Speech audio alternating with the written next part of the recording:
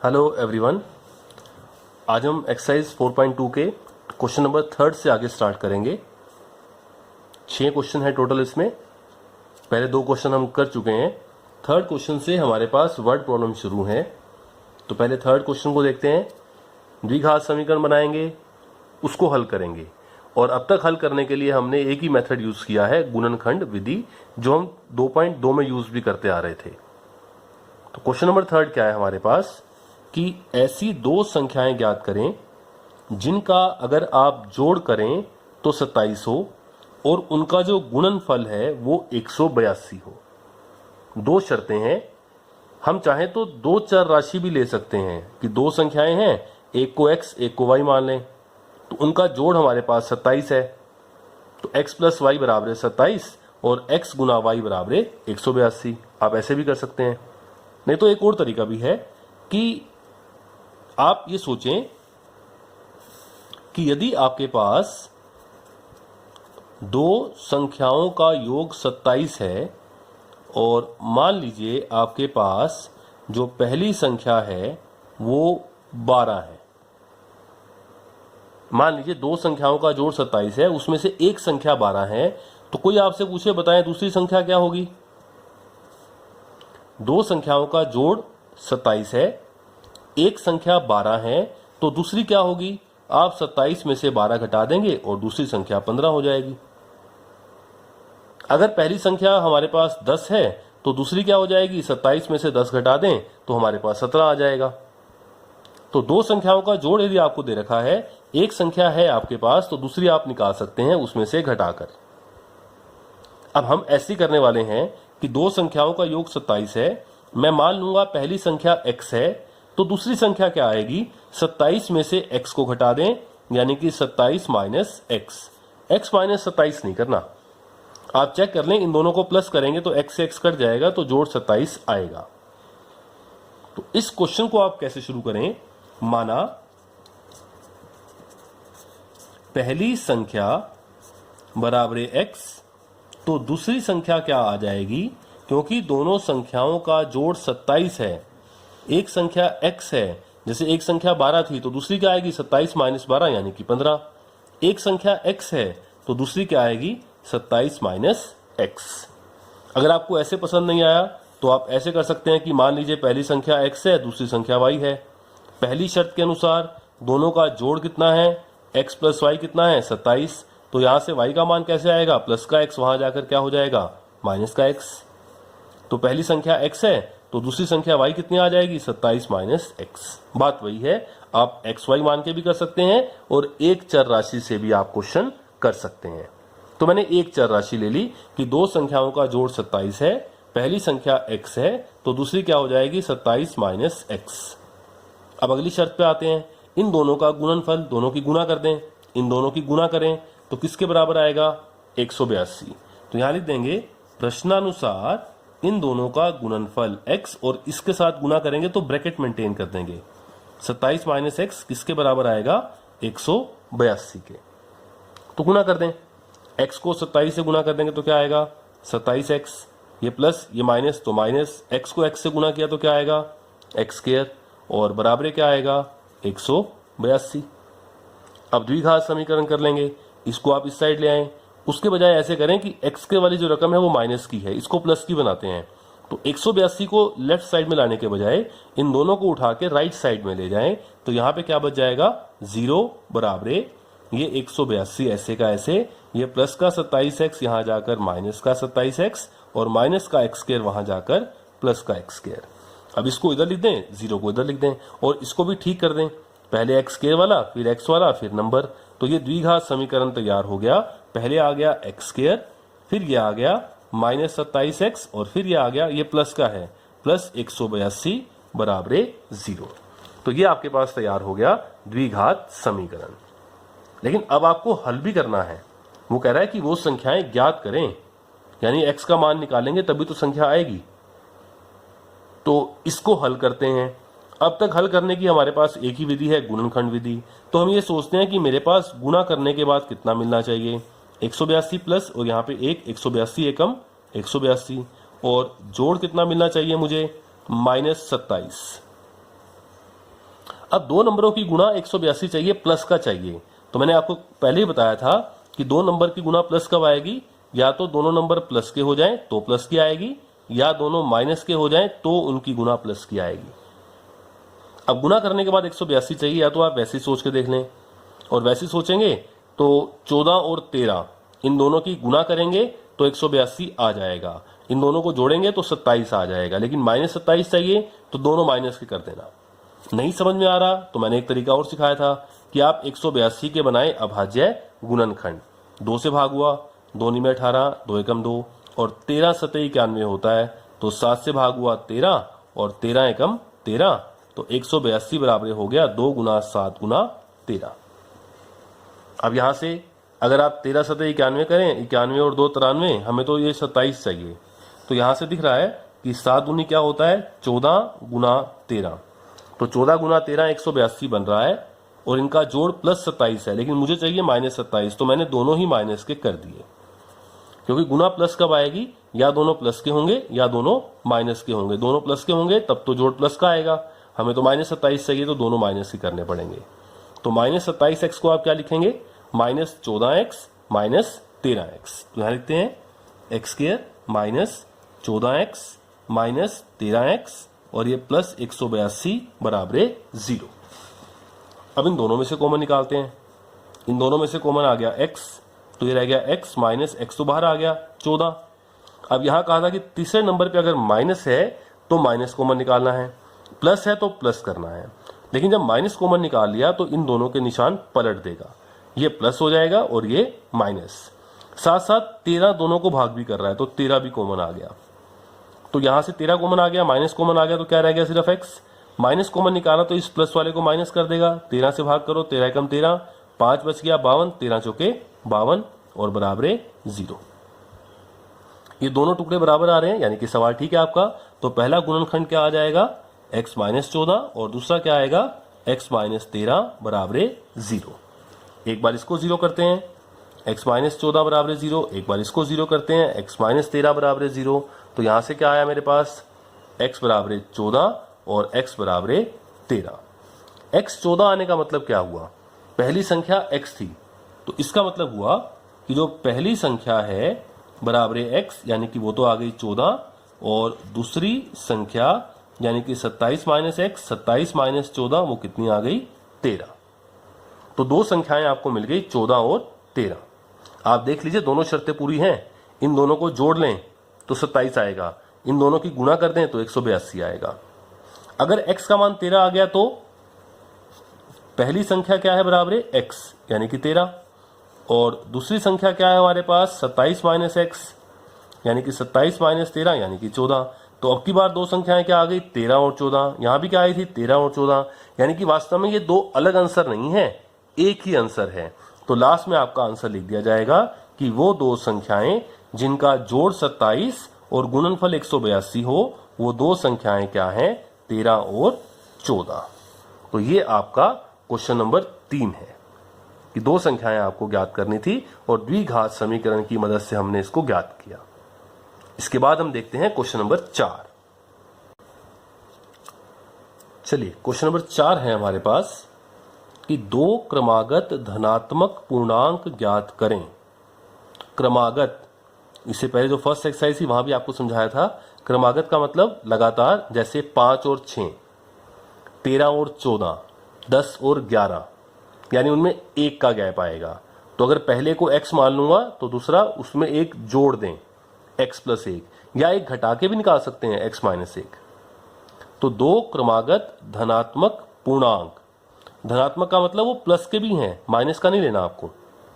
पूर्णांक ज्ञात करें जिनके वर्ग करें, दोनों के वर्गों का जोड़ करें तो 365 आ जाए। तो सवाल शुरू कैसे करने हैं, वो दोनों क्रमागत धनात्मक पूर्णांक आपको निकालने हैं।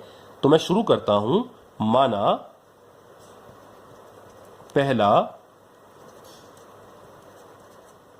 धनात्मक पूर्णांक बराबर x, तो दूसरा मानने की जरूरत नहीं है आपको y, क्योंकि क्रमागत है, लगातार है, एक का गैप है, तो मानने की जरूरत नहीं है, अपने आप बस इसमें x + 1 कर दें।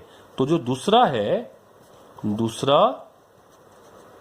धनात्मक पूर्णांक वो क्या आ जाएगा अपने आप x प्लस 1। और अब हमें क्या दे रखा है प्रश्नानुसार, इन दोनों के वर्ग करो और बाद में उनका जोड़ करें।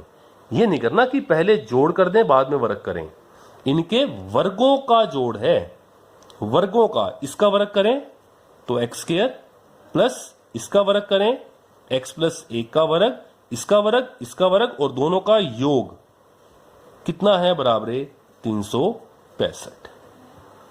अब इसको सोल्व करेंगे तो द्विघात समीकरण बनेगा, उसको सोल्व करेंगे। फिलहाल तो गुणनखंड विधि है तो हम x का मान निकाल पाएंगे और हमें ये दोनों नंबर बताने हैं क्रमागत कि जिनके वर्गों का जोड़ 365 आ जाए। सोल्व करना शुरू करते हैं। एक्स स्क्वायर तो ऐसे का ऐसे, यहां a प्लस बी का स्क्वायर लगेगा। a प्लस बी के स्क्वायर का formula a square plus B square plus 2ab। और आपको मालूम है, आप कंपेयर कर लें तो a की जगह x आ रहा है मेरे पास और b की जगह 1 आ रहा है। तो a स्क्वायर यानी कि x square plus b square यानी कि 1 का स्क्वायर प्लस 2 ब्रैकेट में a का मतलब x और b का मतलब 1। आप ऐसा करें 365 को भी इधर ले आए लेफ्ट साइड में, माइनस 365 हो जाएगा और बराबर क्या रह जाएगा 0। 1x स्क्वायर और 1x स्क्वायर क्या हो जाएगा 2x स्क्वायर प्लस 1 प्लस 2 एकम 2 गुना x 2x और माइनस 365 बराबर 0।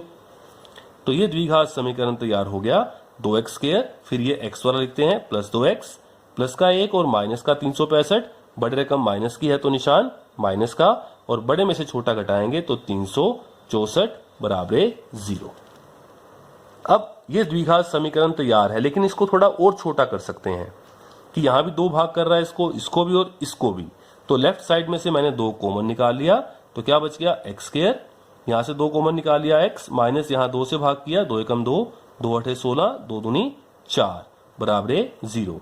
और एक गुना का 2 वहां जाके क्या हो जाएगा भाग में और 0/2 और 0/2 भी क्या होता है 0। तो मेरे पास आ गया x square plus x minus 182 बराबर 0, क्योंकि जो 0/2 आएगा 0/2 भी क्या हो जाएगा 0। तो ये हमने द्विघात समीकरण तो तैयार कर लिया। अब इसको हल करते हैं। हल कौन सी विधि से करेंगे, गुणनखंड विधि से, कि गुना के बाद क्या आ जाए माइनस 182, यहाँ पे 1 है तो माइनस का 182 आ जाए और जोड़ करें तो प्लस का 1 आ जाए। ऐसे 2 नंबर ढूंढने हैं कि जिनकी गुना करें तो माइनस 182 आ जाए और जिनका जोड़ करें तो प्लस का 1 आ जाए। अभी इससे पहले वाले सवाल में यही तो किया कि गुना 182 आ जाए और जोड़ माइनस 27 आ जाए। तो 2 नंबर हमने ढूंढे 14 और 13। 14 और 13 की गुना करेंगे तो 182 आ गया, लेकिन उनका जो जोड़ है वो क्या आना चाहिए हमारे पास प्लस का 1। तो बहुत आसान है, 14 माइनस 13 कर देंगे तो 1 आ जाएगा और 14 को माइनस 13 से गुना करेंगे तो माइनस 182 आ जाएगा। तो करते हैं इसको आगे। चलिए, द्विघात समीकरण बना मेरे पास x square plus x minus 182 बराबर 0। और मैंने यहां लिखा कि मेरे पास गुना के बाद क्या आए माइनस 182 एकम माइनस 182 और जोड़ के बाद क्या आए मेरे पास ये प्लस का 1। ऐसे 2 नंबर ढूंढें जिनकी गुना करें तो माइनस 182 आए और जोड़ करें तो प्लस का 1 आए। 2 नंबर की गुना माइनस कब होती है, जब एक प्लस का हो और एक माइनस का हो तो माइनस आएगा। एक माइनस हो दूसरा प्लस हो तो माइनस आएगा, यानी कि दोनों प्लस के नहीं होंगे दोनों माइनस के नहीं होंगे, एक प्लस का होगा और एक माइनस का होगा। और मुझे मालूम है कि 14 गुना 13 182 था, 14 में से 13 गया 1 भी होता है और प्लस का 1 ही चाहिए आपको, तो आप 1 को क्या लिखेंगे 14 माइनस 13। और जब 14 और माइनस 13 की गुना करेंगे तो माइनस 182 आएगा, 14 में से 13 गया 1 आएगा। तो एक x को आपने क्या लिखना है, एक x को 14x माइनस 13x। तो ये हो गया x square plus 14x minus 13x minus 182 बराबर 0।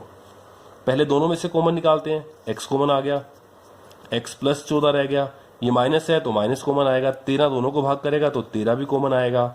जब माइनस कॉमन निकाला तो ये प्लस हो जाएगा ये भी प्लस हो जाएगा, 13 तो कॉमन आ गया, क्या रह गया x, माइनस कॉमन निकाला तो क्या रह गया प्लस, 13 से भाग करेंगे 13 एकम 13 और 5 बच गया, 13 चौके 52 बराबर 0। दोनों गुणनखंड बराबर हैं तो पहला गुणनखंड आ गया x प्लस 14 और दूसरा आ गया x माइनस 13 बराबर 0। एक बार इसको 0 करते हैं और एक बार इसको 0, तो दो मूल आ जाएंगे मेरे पास द्विघात समीकरण के। एक तो आ गया -14 और ये -13 वहां जाकर क्या हो गया प्लस का 13। अब मुझे दो संख्याएं चाहिए थी, दो क्रमागत धनात्मक। जो मैंने x लिया था वो धनात्मक पूर्णांक था। धनात्मक का मतलब प्लस वाला, यानी कि माइनस तो ये हो नहीं सकता। तो हमारे पास जो दो आंसर आए हैं, या तो x -14 या x 13, तो मैं ये कह दूंगा असंभव। इसको हम रिजेक्ट करते हैं, दिस इज रिजेक्टेड। क्यों? क्योंकि जो हमारा x है वो तो धनात्मक पूर्णांक है, तो इसको मैंने छोड़ दिया। तो मेरे पास क्या बचा? x बराबर 13। तो हमारा आंसर आ चुका है x बराबर 13, लेकिन लास्ट में उसको दोनों नंबर बताने हैं, दोनों क्रमागत धनात्मक पूर्णांक। तो पहला क्या आएगा? x यानी कि 13, और दूसरा क्या आएगा क्रमागत? इसमें एक प्लस करके 13 + 1 14। तो लास्ट का आंसर शब्दों में दे के आना है आपको, जैसे शब्दों वाली प्रॉब्लम होती है ये। तो आप क्या लिखेंगे? पहला धनात्मक पूर्णांक x यानी कि 13 और दूसरा क्रमागत धनात्मक पूर्णांक x + 1 यानी 13 + 1 यानी कितना आ गया? 14। आप चेक भी कर सकते हैं कि इन दोनों के वर्गों का जोड़ 365 है या नहीं। आप 13 का वर्ग निकाल लीजिए 169, आप 14 का वर्ग निकाल लीजिए 196, दोनों को प्लस कर दें, क्या आएगा? 5, और हमारे पास ये क्या आएगा? 6 और ये 3। तो यही कह रहा था कि जिनके वर्गों का योग 365 हो, तो इन दोनों के वर्गों का जोड़ 365 भी आ रहा है, यह आपने चेक भी कर लिया। तो हमारे दो आंसर आ गए हैं, दो क्रमागत पूर्णांक धनात्मक पूर्णांक कौन कौन से आ गए?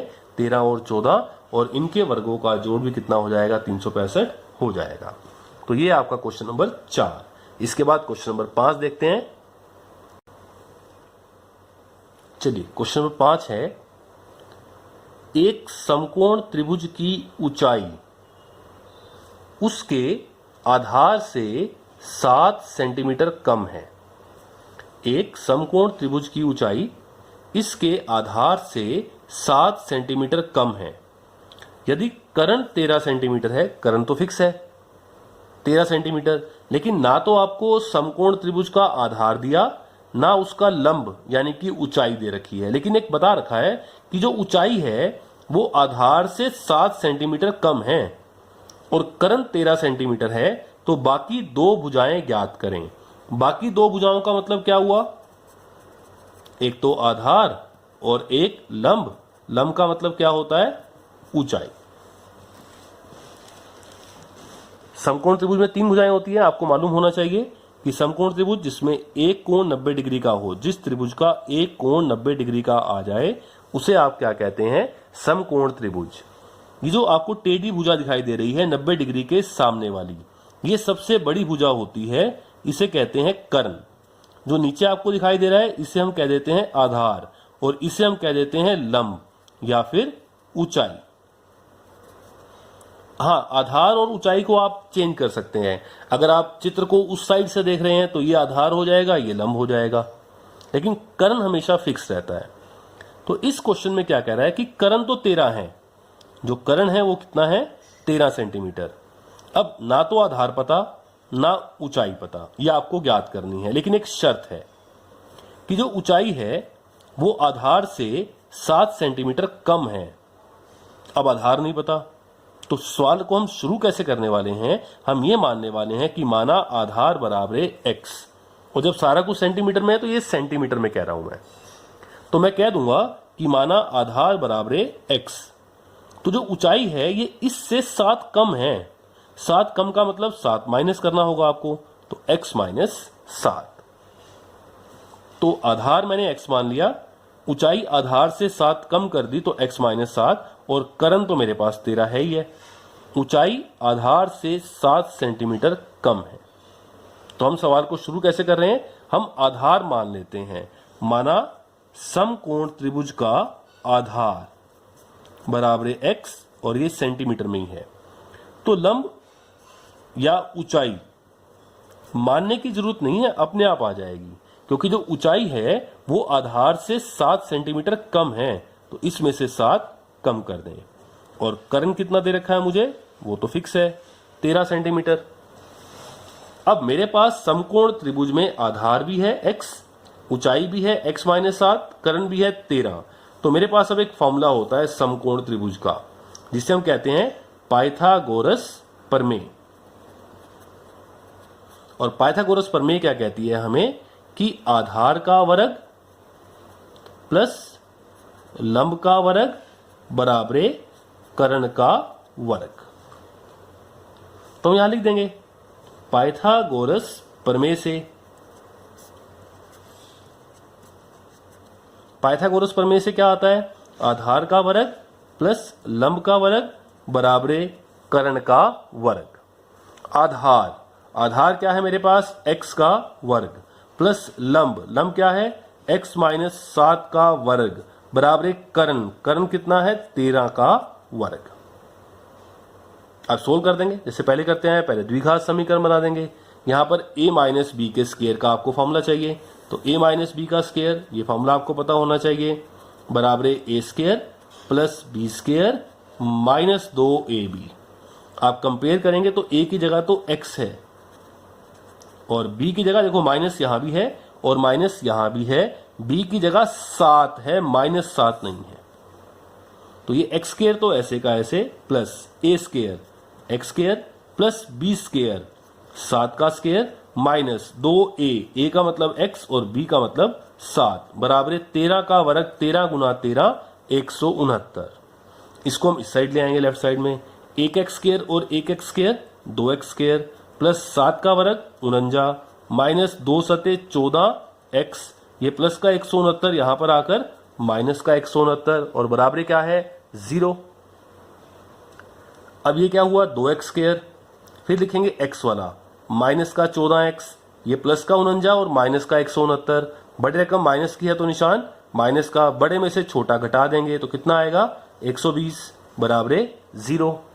2 कॉमन निकल जाएगा, वैसे तो द्विघात समीकरण बन गया लेकिन और छोटा कर सकते हैं इसको, 2 कॉमन निकाल के, 2 क्योंकि इसको और इसको तीनों को भाग कर रहा है तो 2 कॉमन, एक्स स्क्वायर माइनस 2 सते 14x माइनस 2 छिके 12 60 रह गया बराबर 0। ये गुना का 2 वहां जाके बटा में 2, तो x square minus 7x minus 60, ये 0 बटा 2 और मुझे मालूम है 0 बटा 2 क्या बन जाएगा 0। तो द्विघात समीकरण आपका तैयार हो गया, x square minus 7x minus 60 बराबर 0। अब इसको हल करेंगे तो x का मान आएगा, जो x का मान आएगा वो आधार बन जाएगा, आधार निकल जाएगा, और जो x का मान आएगा उसमें से 7 कम करेंगे तो ऊंचाई आ जाएगी। यही हमें निकालना था कि अन्य 2 भुजाएं ज्ञात करें। तो हम सोल्व करते हैं इस द्विघात समीकरण को, और कौन सी विधि है हमारे पास, अभी गुणनखंड विधि ही है, तो गुणनखंड विधि से ही हल करते हैं इसको। चलिए द्विघात समीकरण है x square minus 7x minus 60 बराबर 0। अब मैं यहां लिखता हूं कि मुझे गुना के बाद कितना मिलना चाहिए, गुना के बाद माइनस 60 और ये प्लस का 1, माइनस 60 एकम माइनस 60, और जोड़ कितना आना चाहिए माइनस 7। ऐसे 2 नंबर ढूंढें जिनकी गुना करें तो माइनस 60 आ जाए, जोड़ करें तो माइनस 7 आ जाए। गुना के बाद माइनस 60 चाहिए, तो ये बात तो क्लियर है कि एक प्लस का होगा और एक माइनस का होगा, तभी तो गुना माइनस में आएगी, या पहला माइनस का होगा दूसरा प्लस का होगा तो माइनस में आएगा। यानी कहने का मतलब कि एक प्लस का चाहिए और एक माइनस का चाहिए, और जोड़ माइनस का चाहिए। तो ये भी मालूम है कि बड़ी रकम माइनस की होगी, छोटी प्लस की होगी। अब मुझे मालूम है 12 पंजे 60 होता है, और 12 में से 5 गया 7, लेकिन मुझे माइनस 7 चाहिए, बड़ी रकम माइनस करूंगा मैं, तो मैं क्या लिखूंगा इसको माइनस 12, बड़ी रकम माइनस की कर दी और छोटी प्लस की कर दी। अब चेक करें दोनों बातें पूरी हो रही हैं कि नहीं। माइनस 12 प्लस 5, तो बड़ी रकम माइनस किया तो निशान माइनस का, और 12 में से 5 गया 7 तो माइनस 7 आ गया। अब माइनस को प्लस से गुना करें तो माइनस आएगा, माइनस, और 12 पंजे 60। तो ये 2 नंबर हमने ढूंढ लिए हैं, तो बीच वाला जो माइनस 7 है उसे मैंने कहा माइनस 12 प्लस 5, तो माइनस 7x को आप क्या कहेंगे माइनस 12x प्लस 5x। तो लिखते हैं इसको x square minus 12x plus 5x minus 60 बराबर 0। इन दोनों में से कॉमन क्या आएगा x, यहाँ पे क्या बच गया, x माइनस 12, प्लस है तो प्लस आएगा, 5 इसको और इसको दोनों को भाग कर रहा है तो 5 कॉमन, x माइनस 5 से भाग किया, 5 एकम 5, 5 दूनी 10, ये दोनों गुणनखंड बराबर हैं यानी कि ठीक है। तो x माइनस 12 पहला गुणनखंड और दूसरा क्या आ जाएगा, x प्लस 5 बराबर 0, एक बार इसको 0, x माइनस 12 बराबर 0, एक बार इसको 0, तो ये माइनस 12 वहां जाके हो गया प्लस का 12 और ये प्लस का 5 वहां जाकर क्या हो गया, माइनस का 5। तो दो मूल आ गए मेरे पास इस द्विघात समीकरण के। लेकिन इस x का मतलब क्या था, x का मतलब था समकोण त्रिभुज का आधार, यानी कि एक त्रिभुज की भुजा है और किसी भी त्रिभुज की भुजा कभी माइनस में तो आ नहीं सकती। तो x बराबर माइनस 5 सेंटीमीटर कैसे आ जाएगा, तो इसे मैंने क्या कह दिया, असंभव। तो मेरे पास x बराबर क्या आ गया, 12। अब x का मतलब क्या था, हमने x को क्या माना था, समकोण त्रिभुज का आधार। तो आधार बराबर क्या आ गया, x यानी कि 12 सेंटीमीटर, और उस समकोण त्रिभुज की ऊंचाई क्या आ गई, इससे 7 सेंटीमीटर कम, x माइनस 7 यानी कि 12 माइनस 7 यानी कितना आ गया, 5 सेंटीमीटर। तो ये दो आंसर आपको निकालने थे कि समकोण त्रिभुज का कर्ण तो आपको दिया हुआ था बराबर 13 सेंटीमीटर, अन्य दो भुजाएं ज्ञात करें, तो अन्य दो भुजाएं आधार और ऊंचाई ये हमने ज्ञात कर दी 12 सेंटीमीटर और 5 सेंटीमीटर। तो ये था आपका क्वेश्चन नंबर 5। इसके बाद हम देखते हैं क्वेश्चन नंबर 6। चलिए लास्ट क्वेश्चन है क्वेश्चन नंबर 6। क्या कहता है स्टेटमेंट में कि एक कुटीर उद्योग एक दिन में कुछ बर्तनों का निर्माण करता है। कुछ बर्तन बनते हैं वहां पर एक कुटीर उद्योग में। एक दिन यह देखा गया कि प्रत्येक नग का मतलब एक आइटम, प्रत्येक नग की निर्माण लागत रुपयों में कितनी आती है, उस दिन के निर्माण किए गए बर्तनों की संख्या के दुगने से 3 अधिक। एक नग की निर्माण लागत कितनी आएगी, उस दिन जितने बर्तन बनाए गए उसकी संख्या का दुगना कर दें और उससे भी 3 ज्यादा एक नग की कीमत। यदि उस दिन की कुल निर्माण लागत 90 रुपए थी, तो आप ये बताएं, दो बातें आपको बतानी है कि निर्मित बर्तनों की संख्या कितनी थी और प्रत्येक नग की लागत कितनी आई। आप पहले क्वेश्चन को समझें। एक नग की निर्माण लागत कितनी है, जितने उस दिन बर्तन बनाए उनकी संख्या के दुगने से 3 ज्यादा। मान लो मैं एग्जांपल देता हूं कि मान लीजिए बर्तन कितने बनाए, एक दिन में आपने 10 बर्तन बनाए, तो एक बर्तन की निर्माण लागत क्या हो जाएगी, एक बर्तन की निर्माण लागत। हमने कुल बर्तन कितने बनाए, बर्तन की जो संख्या है वो कितनी है, 10।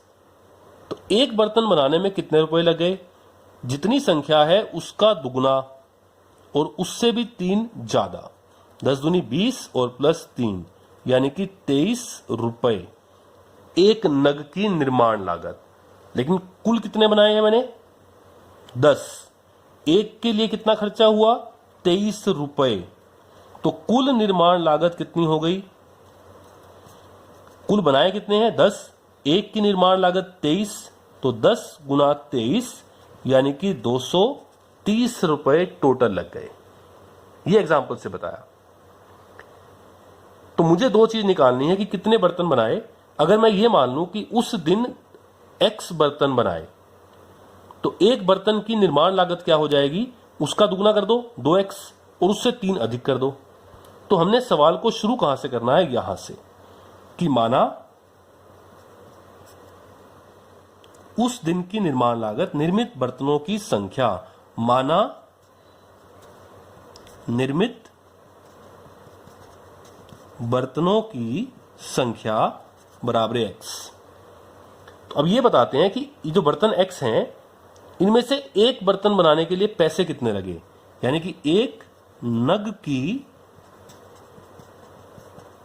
निर्माण लागत उसकी बनाए गए बर्तनों की संख्या का दुगना, इसका दुगना 2x से 3 ज्यादा प्लस 3, ये रुपयों में है, ये संख्या है 5, 10, 15, 12, 11 जो भी हो सकती है, ये निर्माण लागत है एक बर्तन की, इतनी।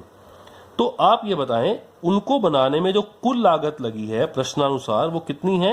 90 रुपए। ये तो उसने बता दी कि निर्माण लागत 90 रुपए है। हमारे हिसाब से निर्माण लागत कितनी लगी? एक बर्तन के लिए इतने रुपए, तो x बर्तनों के लिए कितने हो जाएंगे? x से गुना कर दो, जैसे यहां किया था मैंने। भाई एक बर्तन की लागत 23 रुपए, तो 10 की कितनी हो जाएगी? 10 गुना 23 यानी कि 230। एक बर्तन की निर्माण लागत 2x प्लस 3 रुपए, तो x बर्तनों की निर्माण लागत x से गुना कर दो, x गुना में 2x प्लस 3, ये कुल निर्माण लागत हो गई। और ये प्रश्नानुसार मुझे दे रखी है किसके बराबर? 90 के बराबर। x से गुना कर दें 2x स्क्वायर प्लस 3 से गुना कर दें 3x और 90 को इधर ले आए तो -90 बराबर क्या आ गया? 0। ये बन गया हमारे पास द्विघात समीकरण। अब इसको हल करेंगे, x का मान निकालेंगे। x का मान क्या हो जाएगा? निर्मित बर्तनों की संख्या, हमारा पहला आंसर आ जाएगा। और x का मान यहां रखेंगे तो क्या आ जाएगा? एक नग की निर्माण लागत। तो दोनों आंसर यहीं से आ जाएंगे अगर x का मान आ जाता है। तो मैं इसको कैसे सोल्व करूंगा? गुणनखंड विधि से। तो इसको सोल्व करते हैं आगे। चलिए, समीकरण है 2x square plus 3x minus 90 बराबर 0। मैं यहां लिखता हूं साइड में कि मुझे गुना करने के बाद क्या चाहिए? माइनस का 90 प्लस का 2, माइनस को प्लस से गुना किया, माइनस 90 दूनी 180। ऐसी दो संख्याएं ढूंढनी है जिनकी गुना करें तो माइनस का 180 आ जाए और जोड़ करें तो प्लस का 3 आ जाए। एक बात और अंडरस्टूड है कि गुना माइनस है तो एक संख्या प्लस की होगी और एक संख्या माइनस की होगी, और जोड़ने के बाद प्लस का 3 आना चाहिए तो बड़ी संख्या प्लस की होगी और छोटी संख्या माइनस की होगी। अब कैसे सोचें? भाई ऐसी दो संख्याएं जिनकी गुना करें तो 180 आ जाए, ढूंढते हैं। अगर नहीं समझ में आ रहा तो वैसे तो 18 गुना 10 होता है, 18 गुना 10, लेकिन 18 और 10 28 नहीं बनता, 18 में से 10 गया 8 तब भी नहीं बनता। तो कुछ और सोचना होगा आपको। नहीं समझ में आ रहा तो अभाज्य गुणनखंड बनाए, अपने आप सोच लेंगे वहां से परमुटेशन कॉम्बिनेशन बनाकर। तो 2 से भाग किया 90, 2 से भाग किया 45, 3 से किया 15, 3 पंजे 15 और ये 5 एकम 5। तो मेरे पास आ गया 180 बराबर 2 गुना 2 गुना 3 गुना 3 गुना 5। अब देखो कई बन सकते हैं इसके अंदर से, तो 2 दूनी 4 है, गुना 5 दिए 15, 15 दिए 45, 45 और 4 49 नहीं बनता, 45 में से 4 गया 41 नहीं बनता, 2 दूनी 4, 4 दिए 12 और गुना में 3 पंजे 15, 15 और 12 27, 15 में से 12 गया 3, ये बन रहा है। तो 15 और 12 दो टुकड़े बन गए और 3 को मैंने क्या लिखा? बड़ी रकम प्लस की और छोटी माइनस की। 15 माइनस 12 प्लस का 3 भी आएगा और जब 15 को माइनस 12 से गुना करेंगे तो माइनस 180 भी आएगा। तो प्लस 3x को क्या लिखा जाएगा? 15x minus 12x। यहां लिखते हैं 2x square plus 15x minus 12x, इसको लिख दिया। और ये माइनस का 90 ऐसे का ऐसे बराबर 0। इन दोनों में से कॉमन, एक तो 2 तो नहीं आ रहा, 2 तो भाग नहीं करता इसको, तो सिर्फ x ही कॉमन आएगा। तो 2 ऐसे का ऐसे, एक x रह गया, प्लस x बाहर आ गया तो 15। ये माइनस है तो यहां माइनस कॉमन निकाला जाएगा, इसको भी प्लस कर देगा, इसको भी प्लस कर देगा। और ये दोनों किससे भाग हो रहे हैं? 4 से भाग तो नहीं होता, 3 से भाग हो रहे हैं दोनों। तो 3 और 6 से भाग हो रहे हैं, 3 से भाग भी हो रहे हैं, हमें तो बड़े से बड़ा नंबर कॉमन निकालना है। तो दोनों किससे भाग हो रहे हैं? 6 से भाग भी हो रहे हैं। तो दोनों 6 से भाग हो रहे हैं तो 6 कॉमन निकाल दिया। माइनस कॉमन निकाला तो ये प्लस का हो जाएगा, ये भी प्लस का हो जाएगा। 6 से भाग किया 6 दूनी 12 और ये x ऐसे का ऐसे, माइनस कॉमन निकाल चुके हैं तो ये प्लस हो जाएगा। 6 से भाग करेंगे, 6 कम 6 3 बच गया, 6 पंजे 30। आप देखें दोनों गुणनखंड बराबर हैं तो बिल्कुल ठीक है। पहला गुणनखंड आ गया 2x प्लस 15 और दूसरा आ गया x माइनस 6 बराबर 0। लाइन लगाते हैं बीच में, एक बार इसको 0 और एक बार इसको 0। ये प्लस का 15 वहां जाकर माइनस का 15 और ये गुना का 2 वहां जाकर बटा में 2। तो x आ गया -15 बटा 2 और या फिर x क्या आ गया 6। तो ये दो मूल आ गए इस द्विघात समीकरण के। लेकिन यहां x का मतलब क्या था? x का मतलब था हमारे पास बर्तनों की संख्या, और बर्तनों की संख्या कभी माइनस में नहीं आ सकती, कभी बटे में भी नहीं आ सकती। आप कभी ऐसे नहीं कहेंगे कि 3/4 बर्तन ले आओ या 1/2 बर्तन या 7/2 बर्तन। तो x का मान माइनस आ जाए या बटा में आ जाए, ये क्या है? असंभव। तो x कितना आ गया 6। तो हमारा पहला आंसर आ गया। x का मतलब था बर्तनों की संख्या, और वही उसने पूछा था कि बताएं कितने बर्तन बनाए। तो बर्तनों की संख्या बराबर x, यानी कि 6 बर्तन बनाए उस दिन। और एक नग की निर्माण लागत कितनी आई? जितने बनाए उसके दुगने से 3 ज्यादा, यानी कि 2 ब्रैकेट में x का मान 6 रखें प्लस 3, तो 2 छिके 12 प्लस 3 यानी कि 15 रुपए। तो कुल 6 बर्तन बनाए और एक बर्तन की निर्माण लागत 15। आप देखें उस दिन की कुल लागत कितनी हो गई। एक बर्तन की लागत 15 रुपए है, तो 6 की कितनी हो जाएगी? 15 छिके 90, और यही कहा था कि कुल लागत 90 रुपए लग गई। तो ये हमारा लास्ट क्वेश्चन था 4.2 का, क्वेश्चन नंबर 6। यहां हमारी एक्सरसाइज 4.2 कंप्लीट होती है। इसके बाद हम एक्सरसाइज 4.3 करेंगे। 4.2 हमारी पूरी हो गई है, इसके बाद 4.3 हम स्टार्ट करेंगे।